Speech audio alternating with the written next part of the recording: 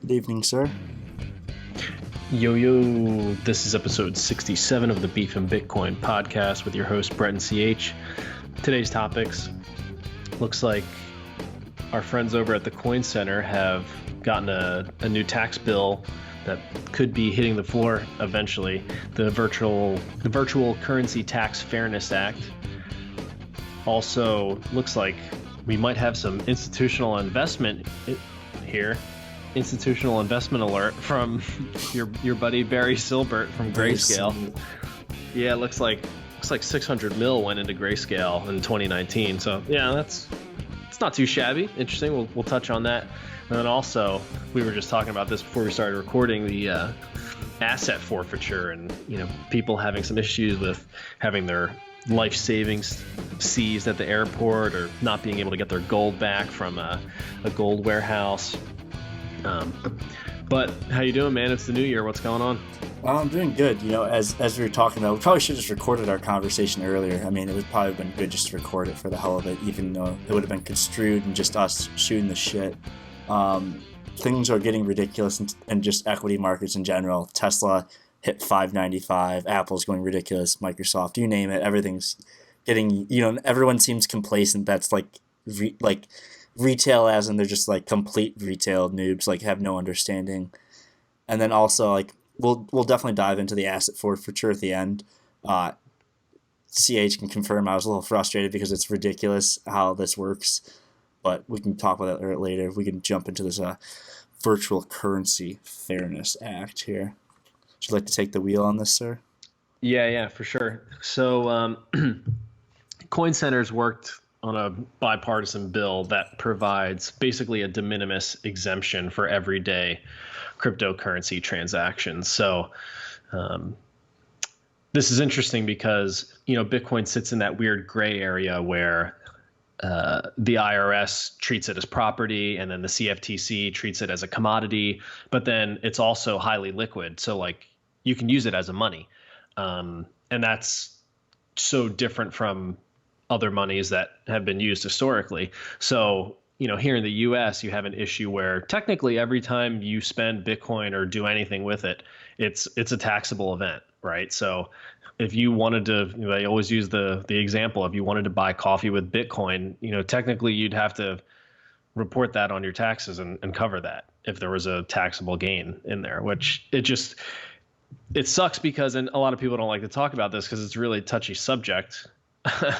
And it gives a lot of people anxiety, but it makes it almost unusable as a money for the people who want to go so far as to comply to the best of their abilities, right? So it makes it very tricky to want to use Bitcoin as a money, but then also comply. So that's where it gets a little weird.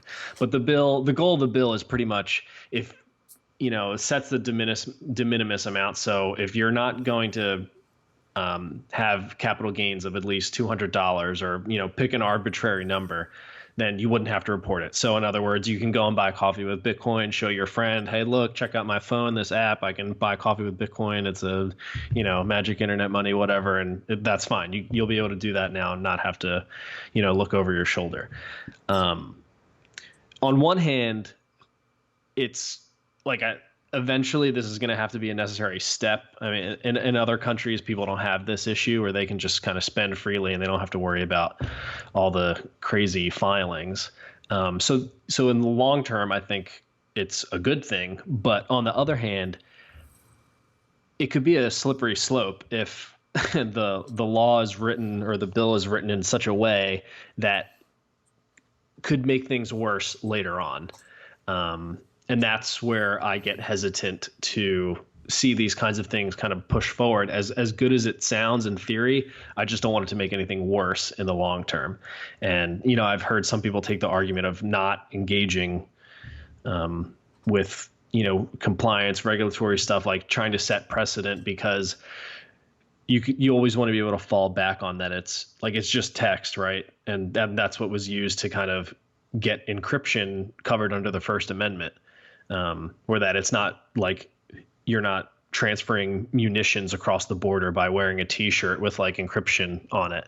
And that's what happened back in the day. the cypherpunks had to deal with that, and luckily the First Amendment covered it. So, but you can technically print out a Bitcoin transaction. It's just text. So, you got to be really careful with this kind of stuff where you think you might be doing a good thing by putting a law on the books, and then in hindsight you'd be like, yeah, I fucking wish we didn't do that. I don't know. What do you think about that? I think it's just, dude, honestly, even the current like crypto regulation stuff is so not there. It feels like the guidelines are skewed as hell. I mean, like what is sending money? Is that, count? What counts? Is it paying? Because it would be crazy to think, oh, paying in any form. I think up until, is it still that way? I'm pretty sure it's like a taxable event, paying for anything. Yeah, if you were to pay for anything, whether it be a haircut, I mean, it doesn't matter. Yeah. I'm assuming if you were if I sent some to you as a gift, that could technically or if you remember, fall under the $14,000 limit, or or like when you people, even think about 2017, it's like, is buying Bitcoin and then buying an altcoin, how does that work? It's literally, because it's such a different thing. It's not like buying shares of a company, stock. It's not like that. It's different in a sense, but yeah, it's frustrating, especially if you live in the United States. It's frustrating. Yeah, I know other countries don't have to worry about it as find much. me someone who is a really good accountant who understands this, because it's fucking it's a big mess, and that's why, if I could go back to 2017, I wish somebody would have just told me up front, been like, your accounting is going to suck for this, so you have a couple options. If you want to try to trade shitcoins and all that stuff, have at it. But remember, could potentially be a piece of shit when you try to file or do whatever you're going to do. Yeah, how do you even file that? It's like, it's hard. It's complicated. It's really complicated. Yeah, it's like, I slung a shitcoin in 2017. Where do you file for that? Yeah, it's a shit show. Yeah, I wish somebody would have said just just buy some and don't ever sell it. Basically, try to just wait as long as humanly possible before you to out hodl the stupid regulations until something more simple was put in. But it's a huge fucking issue. So I'm glad that this is kind of, on one hand, I'm glad that it's coming to the forefront, because they need to fix this shit. Especially in the off chance that someone wants to comply to the best of their abilities, make it a little fucking easier. So I think that's a good thing. And it shows maturity in the space and all that stuff. So it is very hesitantly welcomed, in my opinion. It just kind of is what it is. It's something everybody's going to have to deal with at some point. So I don't know. I mean, I think you and I are in the same boat. We both probably think taxation should be illegal. And it is theft. Right. Taxation is theft. And then there's also the hidden taxation, which is inflation. So you're getting it's bad. I don't even know I don't even want to say it. I was going to say something pretty bad. I'll put it this way: you're getting fucked from two angles. I was going to make it a little more grotesque, but that's what it is. It's not just one; it's two, because you're losing money through inflation, and then also you're already getting taxed. And obviously, in some states, it's worse than others. I've lived in states where there's no tax, and that's phenomenal. It's like everything's even when you purchase things. And then now I'm in a state with tax again, and paying for things with cash, you just get change every time, no matter what. Yeah, nothing can be rounded. It's so frustrating. It's and I don't know. Yeah, I think you brought up a really good point I wanted to touch on, that there's two different taxes you're having to deal with. The one would be the inflation tax, and the other is, capital gains and all that other stuff. And by holding, you're avoiding one of those two. And that's important to remember. So, and I think as the narrative starts to shift for Bitcoin as to what is its purpose in the point leading up to when you're using it as a medium of exchange, right? You're paying for goods and services in it, in your everyday economy. Up until that point, what is it? And people are starting to say it's actually a savings technology, because the supply is capped. So if your investment thesis is Bitcoin's going to continue to go up in value, and I'm going to use it as a savings technology, that every dollar that you put in, at least you're not going to pay that inflation tax on it into the future. It's a speculative thing, so it very well could be worth nothing at the end of the day, but so could the dollar, I guess, in this example, or at least in examples where there's been hyperinflation. So I thought that was a good point. Yeah, it's it's just like it's things people don't think about, and it's like as you and I talk about, we went down that rabbit hole, and going down the Bitcoin and crypto rabbit hole just expanded everything. It's like holy shit, there's this whole underside to this whole financial universe that what 99% of the population doesn't understand, like or see, and I'm just pulling a number out of my ass for that one, but it's pretty ridiculous, that and now it's over 2 years later, from going down that big hole. It's closer to 3 now. It's like shit. It's pretty insane that we're at this point where it's like here we are in 2020, and it's like you and I both know all these markets are fake, and we're just like, how do we end this cycle? And I know it's a little off topic, but I feel like this all kind of relates back to the inflation, the taxation. Like if we have another because whatever what happened in 2008, 2009 is going to be was just like a speed bump to what's going to happen now, because we didn't do anything about it, and that's what like frustrates me. People are like, oh, it can't be as bad, and I'm like, just look at every chart. Every chart is screaming upwards. Like you and I were talking about this before. Like at what point does Apple get more vertical? And sure, it could keep going. There could be another $100 on this run, but like we were talking about, Tesla's gone insane. Like Tesla's gone just insane mode, and it could be the top. I think this is the top of this doji, but I mean it's just everything is getting out of hand here, and it all goes back to having funny money, aka inflation of the money supply. I think this is just kind of where I'm coming back around the circle here towards. Well, no, you definitely nailed it, and you can. I think Northman Trader had posted something the other day showing like he had an SPY chart up or Dow chart, and it was every time there was like a repo injection into the market, and we've talked about that for the last couple months. Like the market just zips on up, and it's a good point to bring this back to fiat money, because you have this manipulation of the money supply where in the repo markets they're literally just covering hedge funds, and what they're doing with those funds. I do not know. I'm assuming covering margin trades or something. But the fact that you have a large group of hedge funds that need liquidity on a monthly basis, and now I think what did they just add another 120 billion in repo ops for the next month, after they said January 15th was going to be the last day. It's never ending. So clearly that's not the case. So you have these weird parabolic moves that. I don't really hear too many people saying that's the reason why the market's going up, at least when CNBC's on at work, or MSNBC, like all that stuff. And Jim Cramer's not talking about this clearly. Yeah, no, and I think you nailed it there with I didn't even think about the margin part for hedge funds, because everyone's so levered up right now. And then you think about, the overnight they're paying for all the loan, leverage they're using, loans. Right. And I didn't even think about that. So everyone's so fucking levered up, and it's like, how does this unwind? Like this whole Tesla chart's just like, oh, do you just want to buy do I want to buy $400 puts that are like 4 months out or 5 months out? I don't know. Or even like how because how low will this go? Like, fuck. And I think you and I both know this. Things that go vertical do retrace very hard. Like we've seen it in crypto. It's the same thing. It's emotions printed on a chart. Now, obviously, time frames change. In crypto, things can be, depending on how quick the pump is. Like, this is it can be all said and done in a week. Yeah, and like this Tesla chart. I mean, for all we know, Tesla will be back at 420 in like a week. It could. It's like, even like today, I watched fucking Peloton fall 7% in like the last 90 minutes of trading. It's like stocks will move. And especially things like Tesla. We've seen Tesla before. Do you remember that one time, and I think it's back here, when Tesla fell, it fell 13.9%, that when the SEC had that ruling or whatever on Elon, and then literally it was a Thursday, and then the next Friday, it went back up 17%. It was like, because they ruled the SEC probe wasn't happening or something.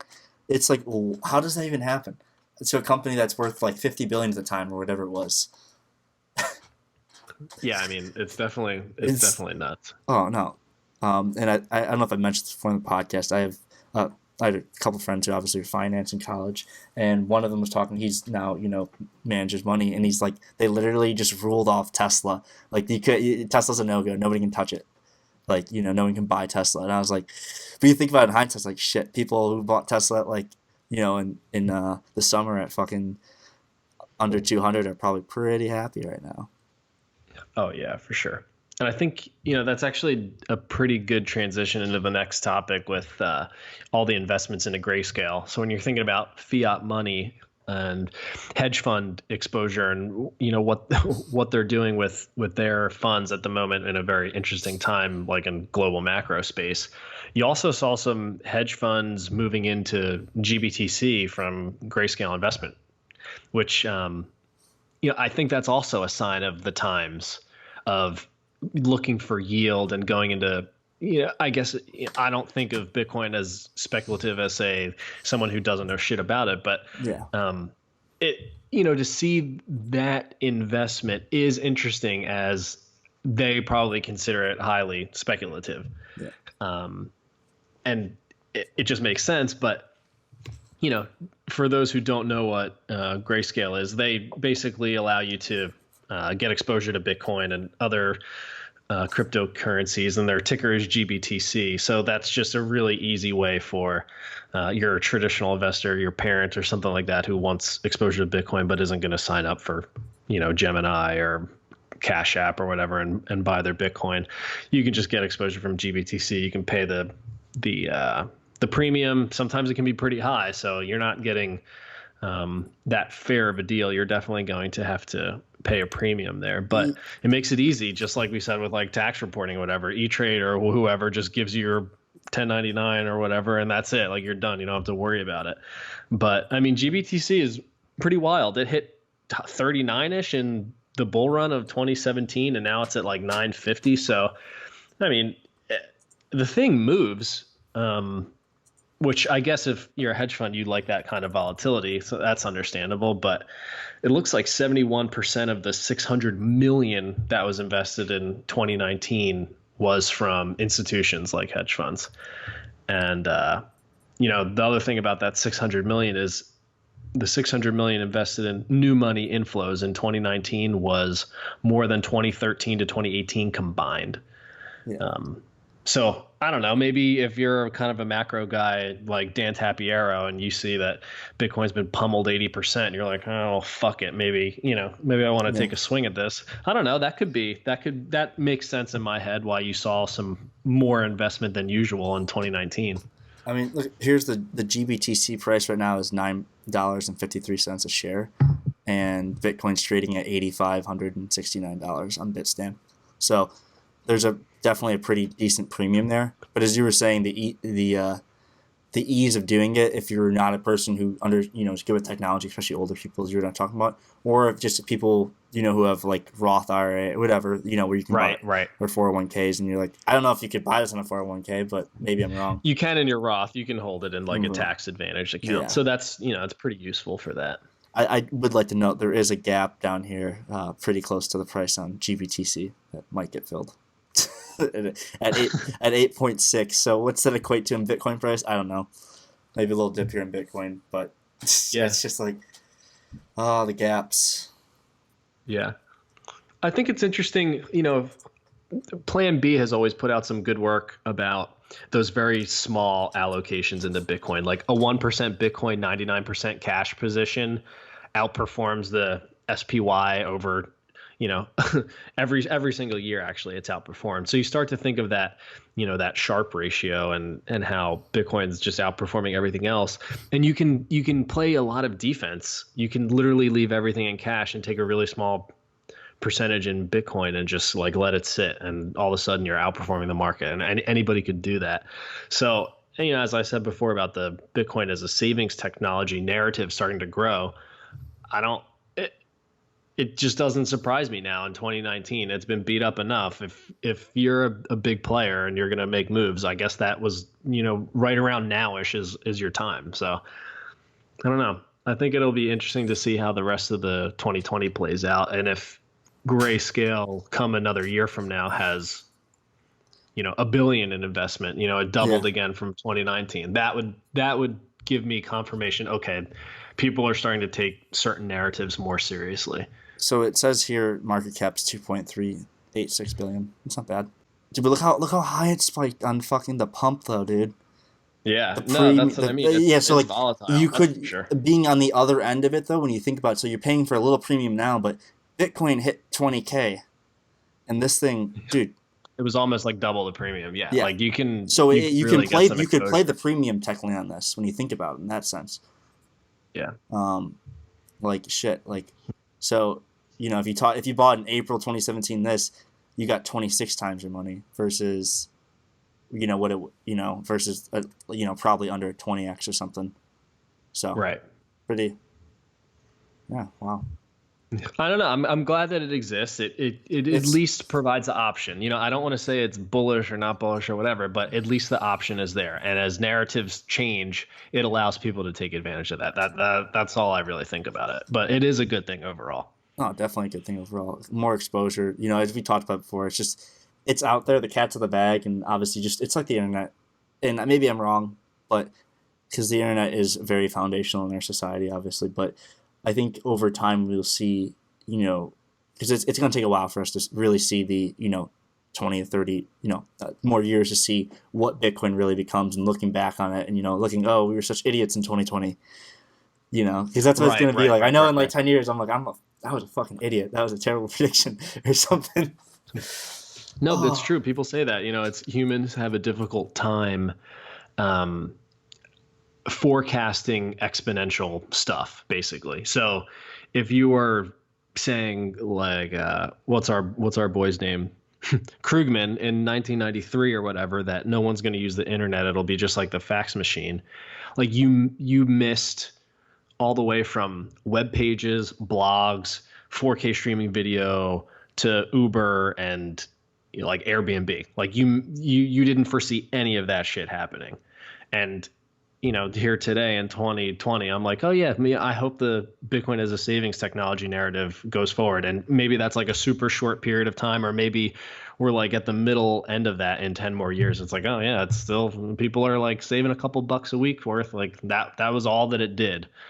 And maybe nothing else happens. It's impossible to tell. yeah, no, and like as I said before, like we're I'm gonna be so off. I know, and like I'm probably really off right now. Like I think we're close to the top here in terms of just in general.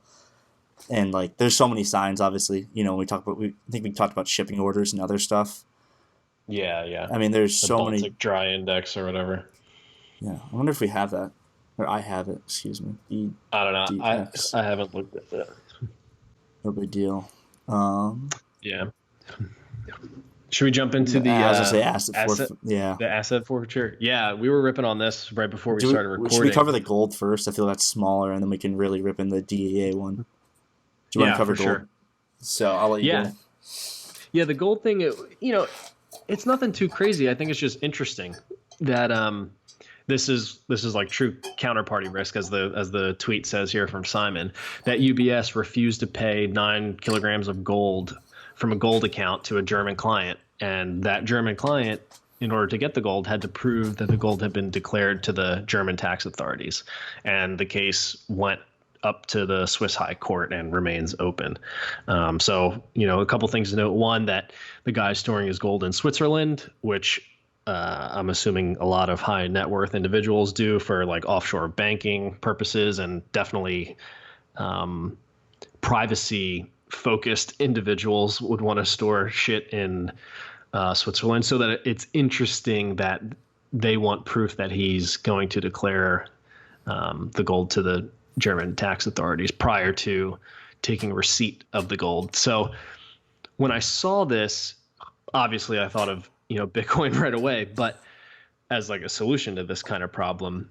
But I think it's just important to see that cash-like instruments are starting to be, bagged and tagged or eliminated. Yeah, no, And that's kind of what we're going to move into on the next topic here. But, this is kind of a way this happens to enough people. People are like, all right, well, I'm just like, it's not worth me holding gold anymore in Switzerland or safety deposit box or whatever. If all of a sudden you can't just keep it and it has to be bagged, tagged, logged, all this stuff. On one hand, although I don't agree with the argument of logging these things for regulatory or tax purposes, it just it puts an unwanted burden on the holder of the assets because it interferes with your privacy. And I'm now more concerned with like $5 wrench attacks, somebody coming and be like, dude, I know you have over a kilogram of gold in your house because I hacked into whatever, I got your email address, I know you have this balance, so like you just go to their place and take their shit. So it's not good to store that kind of information and kind of use privacy or terrorism or something else like that to like put these kind of laws into place. It's a slippery slope that doesn't end well, unfortunately. Yeah, it like all more reason I think to own a safe, like an actual safe, like not just a little small safe, but owning a real safe. It kind of whether you own gold, whether you own crypto, hardware, wallets, ledgers, treasures, owning your own safe, it all begins to make more sense now. Versus maybe 25 years ago when people thought, you owned your own shit, and that was proven wrong by 2008 financial crisis. Exactly. No, I think you nailed it. This somebody, replied to this and was like, not your keys, not your coins, or not your bank account, not your stuff. And I mean, it makes perfect sense. You're starting to see it, that the stuff that you think that you own can be taken away from you at a moment's notice.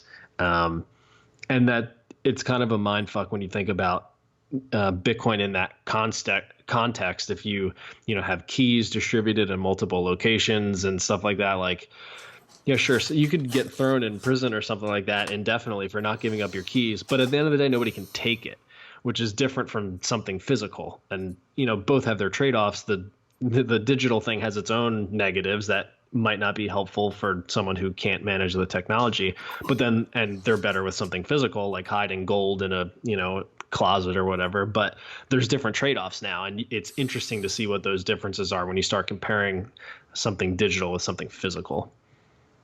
Yeah, I was just going to say the Hong Kong 33 is down 4.25% this week. It's down like almost a percent today right now. And I think I was just looking at something. I think the Chinese markets also shit the bed too. Which, dude, like I don't think we've talked about but on this podcast, but the fucking coronavirus, is that that's how it's spelled. I'm saying coronavirus, or is that, I don't know if it's I saw someone spell it similarly, where I said coronavirus. I'm like, oh, that's an interesting name. Yeah, I'll jump back into the DEA thing, but it's getting spooky. That's all I gotta say. It's getting for sure. And this DEA thing, did you mention anything along the lines of this seized, or are you just talking about the gold, right? I was just really talking about the gold. Yeah. Okay, I just wanted. So basically, this what happened for those who aren't watching. Basically, the title reads from this report from the Seattle Times: the DEA seized her father's life savings at an airport without alleging any crime occurred. Lawsuit says, and I'll just read the first paragraph, just kind of give the gist. Every dollar Terry Rowland had saved over a lifetime was stacked in a large Tupperware container, $82,373. At 79, he was aging and worried about keeping so much cash on hand, his daughter said. So during one of her visits, he asked her to open a joint bank account. Rebecca was catching a flight home from Pittsburgh, the Pittsburgh airport early the next day, and said she didn't have time to stop at a bank. She confirmed on a government website that it's illegal to carry any amount of cash on a domestic flight. It's legal, so you can do it, to carry any amount of cash on a domestic flight and tuck the money in her carry-on. But just minutes before the departure in late August, a DEA agent, drug enforcement agent, met her at the busy gate and questioned her about the cash, which showed up on a security scan. He insisted that Brown put Rowland on the phone to confirm her story. Brown said Rowland, who was suffering from mental decline, was unable to verify some details. And here's the thing, I'm just because I spend time, around older people, like people in their late 70s, early 80s, they're not as sharp mentally about things that recently happened. That happens. And so obviously her father, who's 79, probably wasn't clear on a few questions, which 100% makes sense. If you ever talk to old people on phones, I'm sure it was probably a nightmare. And the dude probably just was not matching things up, and not purposefully, and so basically they said he just handed the phone and said, your stories don't match, we're seizing the cash. So it's insane. And there was a further point down here that so the DEA made more than 8,850 seizures worth $539 million in 2017, according to the latest agency statistics for a full year. A 2016 USA investigation found DEA agents seized at least $209 million in cash from travelers at the nation's 15 busiest airports over the previous decade. It's pretty insane, and we were talking about it before, and I wish we recorded it. It's like, so what? They might catch, an illegal criminal, let's say a drug dealer, maybe illegal, whatever. One in every 100, people they seize at an airport. Probably way less than that. Yeah, I mean, it's just a very small chance that, the money that's being transported in an airport is tied to a crime where other people are seriously being harmed. Yeah. I think it's a very, very, very, very low probability. And the vast majority of the time, it's people like this guy who's having his life savings taken from him, or maybe you're flying somewhere to buy a car in cash in California, and you bring $20K with you because you don't have a bank branch out west or something like that, and boom, like your cash is just taken because you're automatically a criminal. When you have that, why would you ever need that much cash, right? That's what people say, regardless of the amount. Why would you need 1,000? Why would you need 5,000? That's actually part of the issue with the de minimis on like $200 or something like that. Like, what's $200 worth in however many more years? Like, all of a sudden the purchasing power is like nothing. So it's just kind of stuff. We're putting hard dollar limits on things, regardless of, whether it be asset forfeiture or whatever. The money's definitely not worth the same as it was whenever the bill was written. I think that's just pretty common. And it's a shame to see how, as we were talking about before with the gold, like, your stuff's not really your stuff. Like, it can be taken from you at any time. And it's really unfortunate that there's nothing you can do. No, there isn't. And like I think you and I have talked about before, maybe not on the podcast, but like, it's such a helpless feeling when you're in, like, if you've ever been in any bad situation with law enforcement, whether you're doing something wrong or not wrong, and I've been on both sides where I've been doing something wrong and not wrong, it's a terrible feeling, whether, and I've been only handcuffed one time. I wasn't arrested. I've been handcuffed one time, and it is the worst feeling in the world. Or when you're stuck getting questioned by a police officer or a DEA agent in this case, you're at the helpless hand of someone who, theoretically, because the state says they have more power than you, just ruined their day. I don't know if she got arrested, but I imagine she probably got handcuffed and taken out if they seized her cash. I mean, maybe I'm wrong. Right. But yeah, I mean, regardless, it definitely sucks, and you feel powerless. You're helpless. You can't. Like, yeah. Like, what do you? There's nothing you can do. Like, what? I'm calling a lawyer, and no, you can't. You're fucked, and they take your money. Like, that's straight up Gestapo shit, or yeah, dude, KGB. It's not. It's terrible. Yeah, it's really terrible.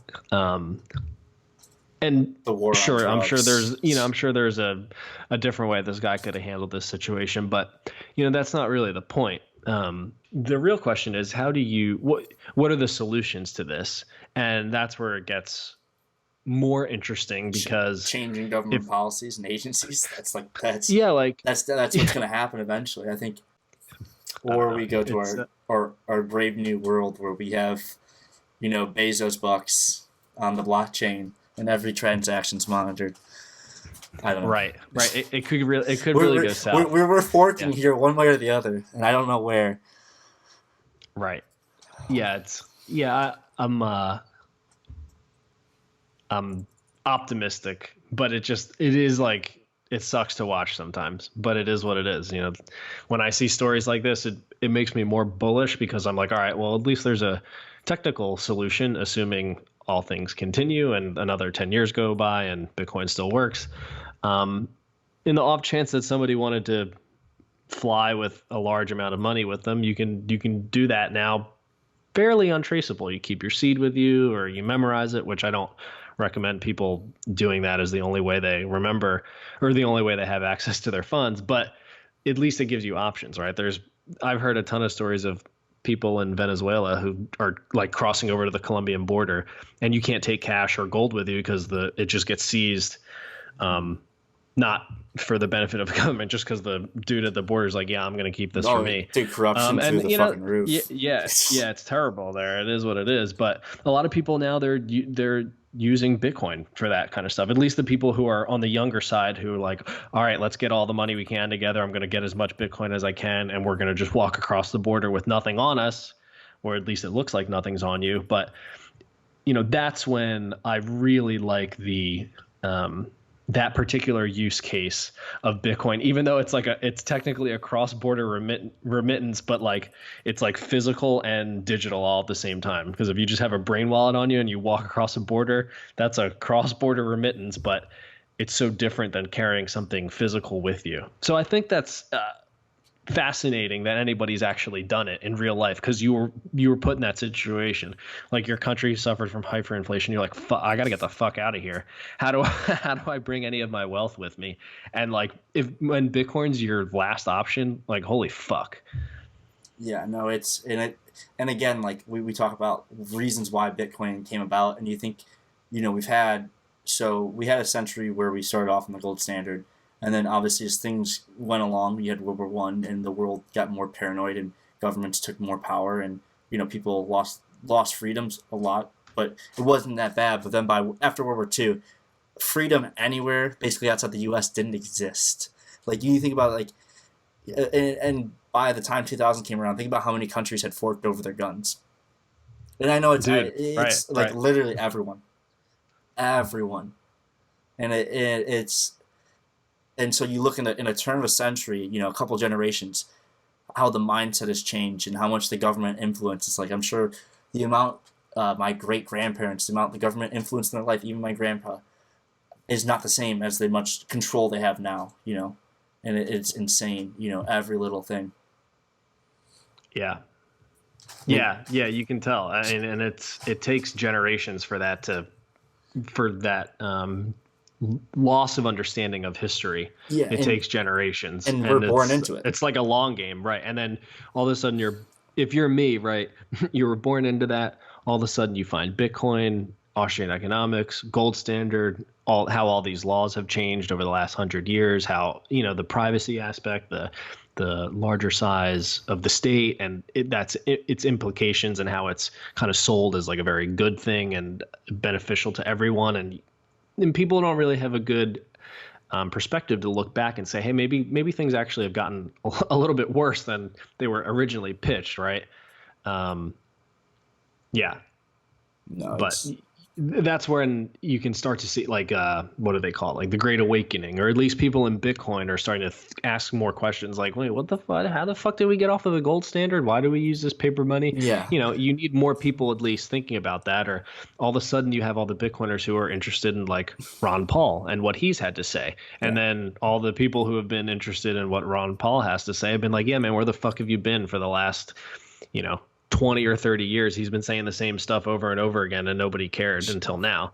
But like, it's a good thing, right? At least I can see that's more. If I'm thinking that, and I was different 3 years ago, like, oh yeah, we definitely, what I mean? Like, I'm like 4 years ago, I was not the same person mentally as I am now, for sure, in terms of understanding all the, I wouldn't even say understanding, having some kind of clue and looking into this stuff. But shout out Ron Paul. He is, it's sad because that man's tried to save our country numerous times, and he's been not voted in as president.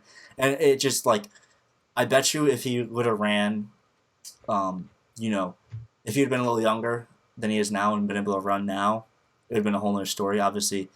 But it's sad because he nails it. If you ever get a chance, he does a thing called the Liberty Report, if I remember correctly, on YouTube, and he just records his own show with a few guys he has, and it's phenomenal. He covers a lot of stuff, and he's been there. He was in the military. He served in Congress for God knows how many years, at least 3 decades, 4 probably. He understands, and it's literally like he speaks the truth, and he's like one of the very few people. There's a lot of people in Congress I like now, actually, now that I follow it more, but still, like, he really nails it. It's like, why aren't we on a gold standard? Like, our budgets are insane. He's like, and he's right. We can't have these proposed $93 trillion Green New Deal. That's funny money. That doesn't exist. You do that, our currency, we might as well just wipe our asses with our currency. That's what it becomes. It becomes toilet paper. It already is toilet paper, but at that point, it's like, you couldn't even, like... That's a real shitcoin. Dude, that's so much money. That's not even real. Yeah. It's like, and then you think, there's a person in Congress who thinks this. And it's like, How does that happen? Right. Like that, there, Right. No. like you have Yeah. to, like you have to have, like, and I don't mean to mean this a mean thing against. I'm gonna say her name, Alexandria Ocasio-Cortez, AOC, but like you literally have to have zero understanding of like money or anything economically to just say we can just print $93 trillion and nothing's gonna happen. No, nothing's gonna happen. Right.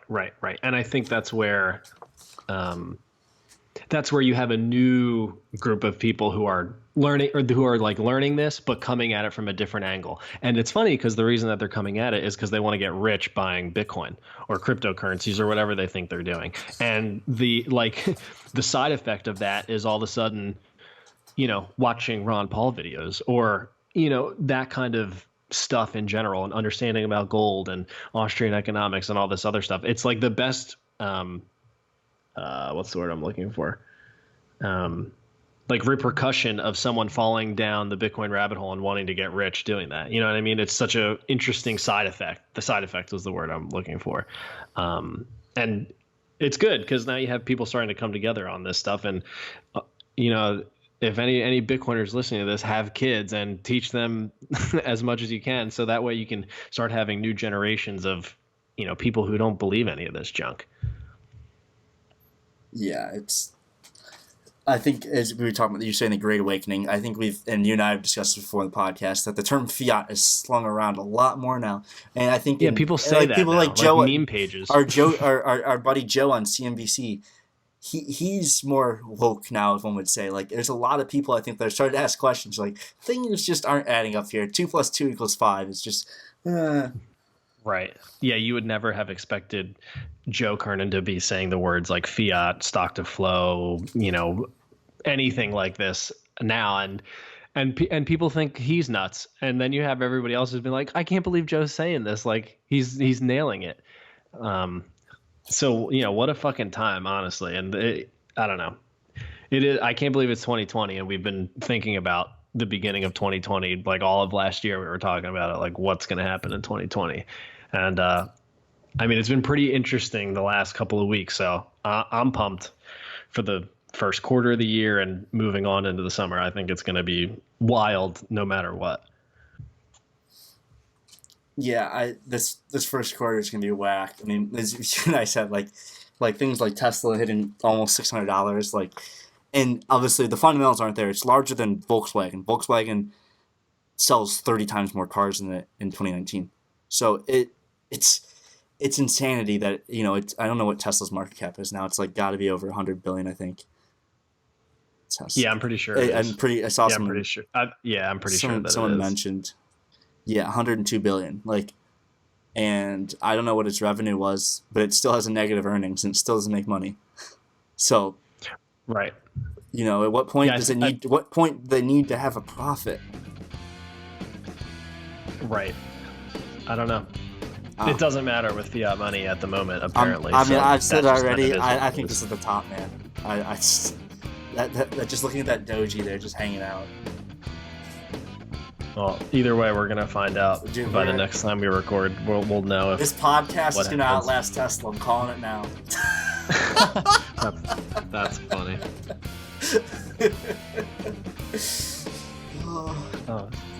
I think that was the best way you could have wrapped it up right there. Yeah, we're gonna try to outlast Tesla as long as we can. I'm not gonna. I don't like Teslas, but there's some cool cars there.